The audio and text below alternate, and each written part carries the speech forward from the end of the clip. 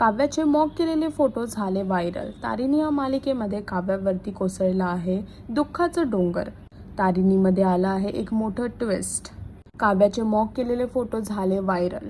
काव्याला दिली धमकी आणि या सगळ्या प्रकारांचं तारिणीला समजलं केदारकडून। जेव्हा केदार तारिणीला सांगतो की काव्याचे मॉक केलेले फोटो झाले आहेत व्हायरल, आणि तेच ऐकून जेव्हा तारिणी काव्याकडे जाते आणि ती तिकडे जाऊन बघते तर काव्य रडत असते, पण तारिणी तिला हौसला देते। तारिणी तिला म्हणते की आता रडायचं नाही, लोकांना रडवायचं।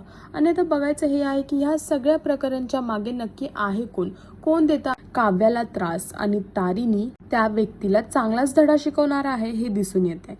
आता बघूया की ह्या मालिकेमध्ये पुढे काय होणार आहे, आणि अजून अशी अपडेट जाणून घेण्यासाठी टेलीचक्र रिजनलला सबस्क्राईब करायला विसरू नका।